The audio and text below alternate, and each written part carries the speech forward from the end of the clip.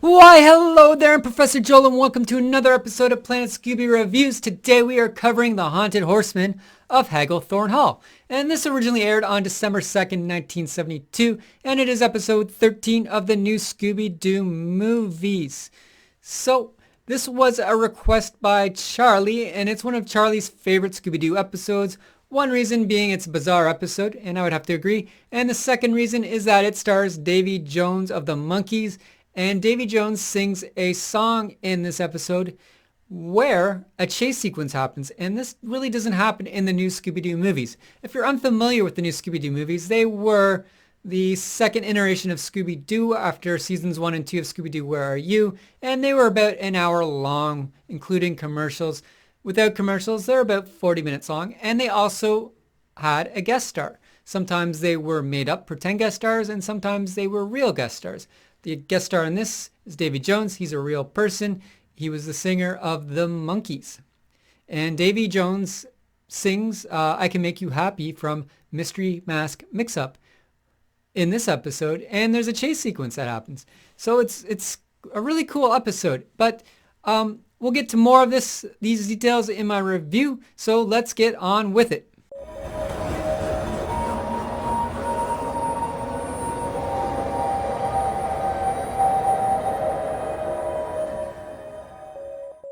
Before we start, let's first fix Davy's name.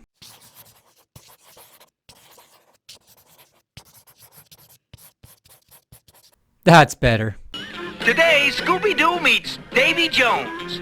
The episode begins with the gang driving to a 14th century Scottish castle that was brought to America brick by brick. Freddy notices that he's almost out of gas, so he stops the mystery machine to ask a nearby farmer for directions to the castle. The farmer is named Cyrus Wheatley. Wheatley's my name, Cyrus Wheatley. And he is instantly spooked when they say they are looking for Hagglethorn Hall. He says at midnight, a haunted horseman rides through the castle. The horseman is a ghostly knight in armor with a glowing horse who's doomed to ride the corridor of the hall for all of eternity. Did you say Hagglethorn Castle? Stay away from that place. The haunted horseman rides through the castle. A ghostly knight in armor on a glowing horse. Velma scolds Mr. Wheatley for believing in such fairy tales. However, just as she finishes her sentence, the knighted horseman rides by.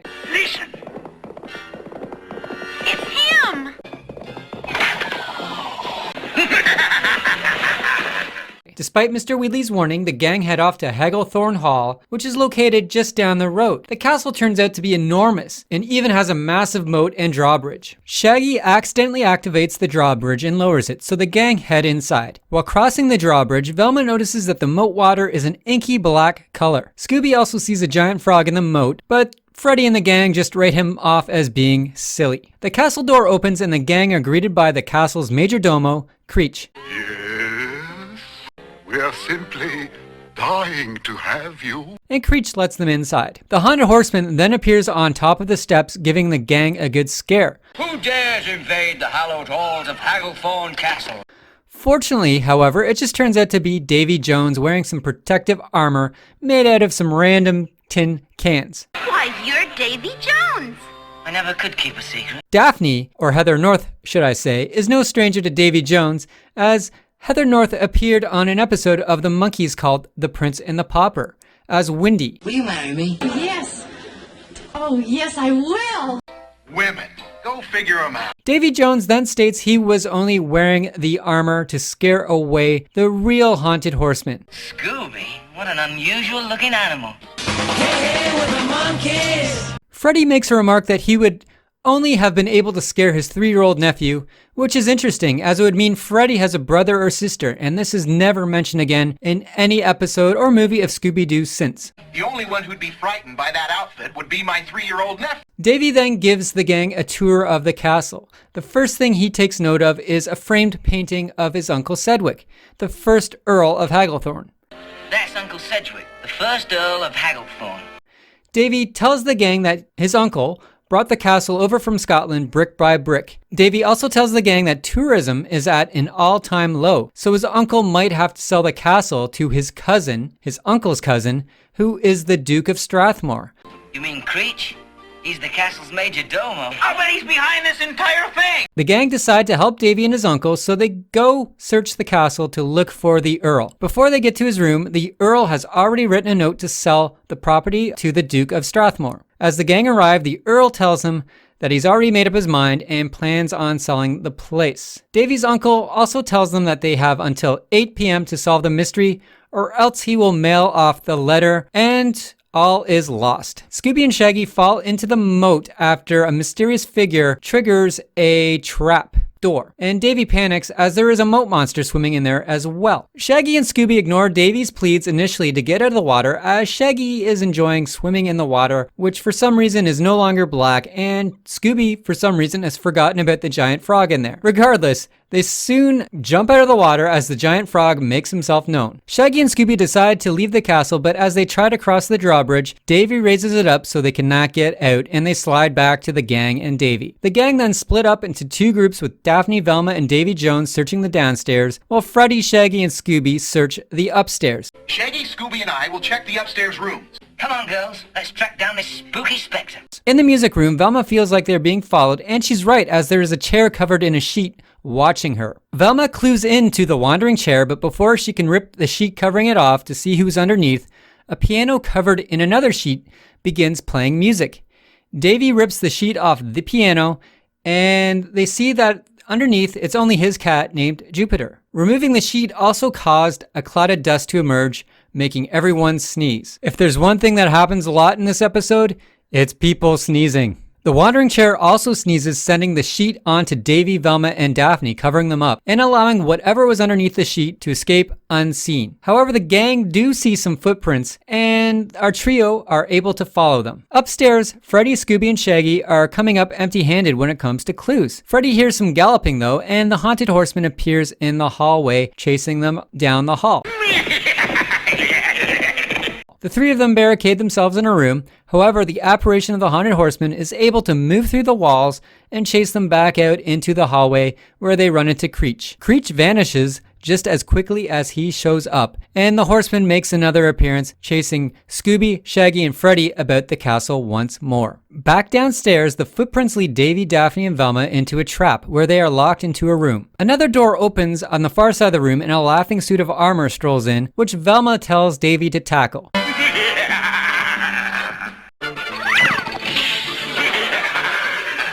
Davy leaps at the horseman, but passes right through the ghostly body. Velma spots a rail light in the dark, and they discover a movie projector that is projecting the ghostly apparition. Daphne also finds a secret passage, which they decide to venture down. Back upstairs, Freddy, Scooby, and Shaggy are still being chased by the haunted horseman until Creech rescues them. Freddy then finds a horseshoe nail and figures out that a real horse would not be wearing horseshoes. They also discover a secret passage which explains how the horseman was passing through the walls. In an underground cavern, Davy, Daphne, and Velma run into the Moat monster. Cornered, Davy sings the Moat monster a song so they can escape in one piece. Here we get a nice musical interlude where Davy sings "I Can Make You Happy," which was previously heard in Mystery Mask Mix-Up. Scooby, Shaggy, and Freddy make their way through another secret passage and end up with Daphne, Velma, and Davy, along with the Moat monster in an underground cave. Howling out of fear, Scooby causes a cave stalactite to fall down and pin the Moat monster to the ground. We then see a man in a wetsuit emerge from the frog costume. The gang chase the man in the wetsuit, but he evades them by lowering a stalactite gate. Shaggy figures a way to maneuver around it, and they find more footprints to track the villain down. The tracks lead to a dead end, and Davy discovers a lost horseshoe, which means they're closing in on the bad guys. Shaggy finds a hidden switch,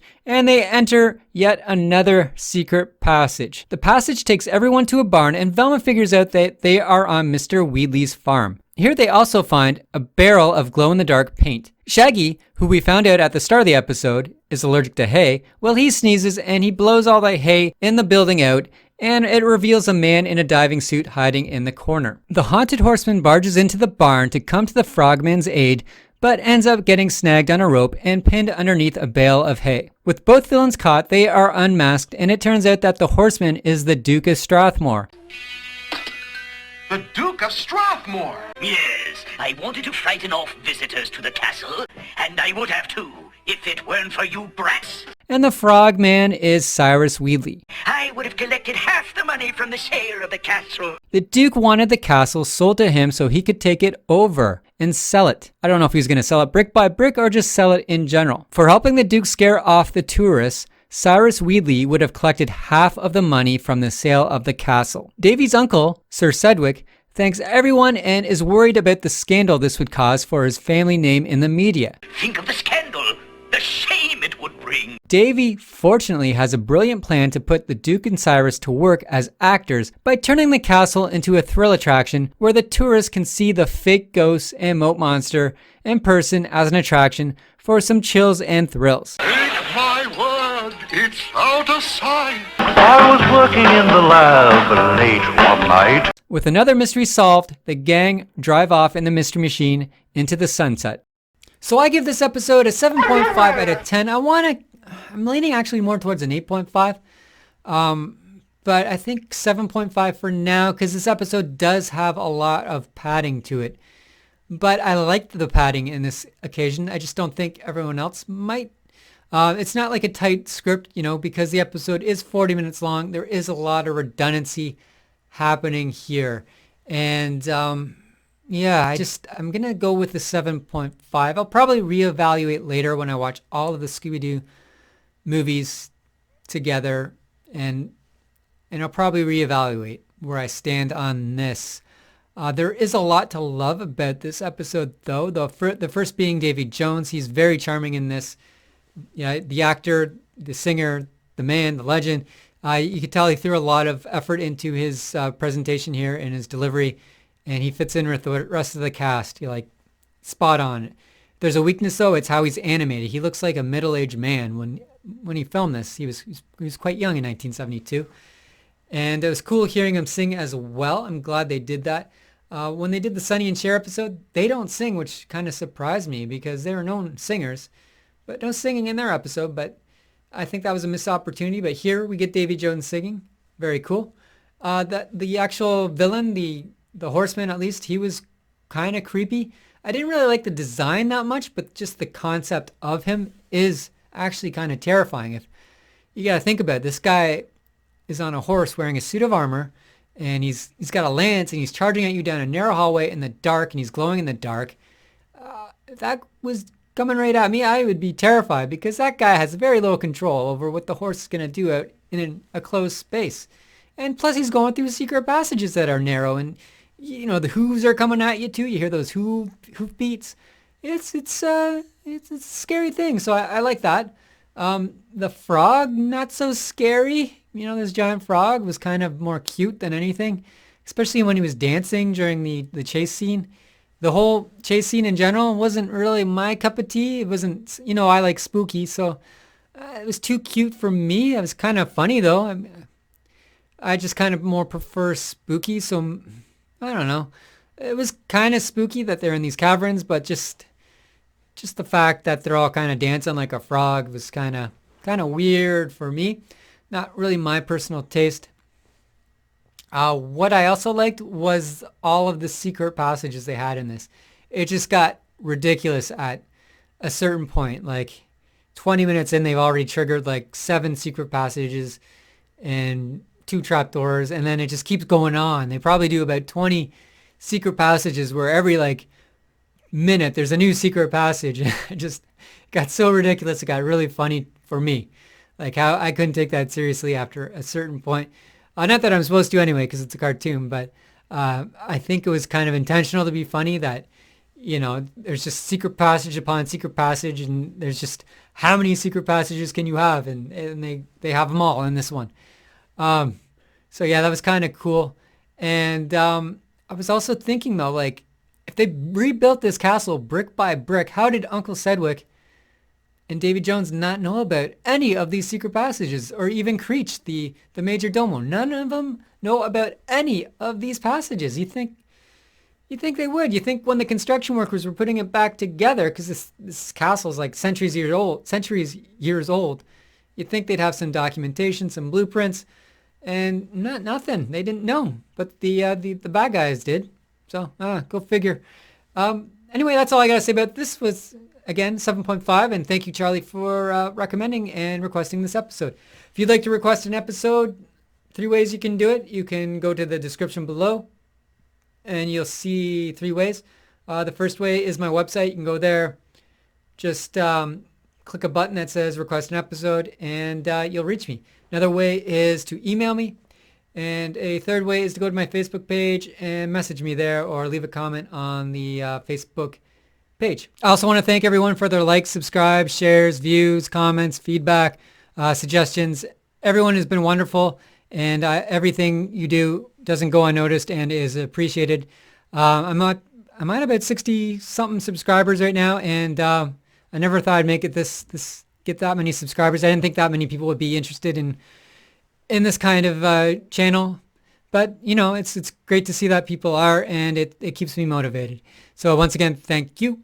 And next week we are going to cover the episode "A Night of Fright is No Delight," and that was requested by Brandon, and he had a special request where he wanted me to compare and contrast it with Scooby Natural, which I will probably do the Scooby Natural probably a month down the road from that episode, just to get to everyone's requests and to keep it fair. And the fact that I think there's just a lot I have to digest with Scooby Natural in general. I am a fan of Supernatural. I've seen the episode of the Scooby-Doo episode. So I think it's just going to take me a while. So that's coming up the pipeline. And until next time, stay spooky.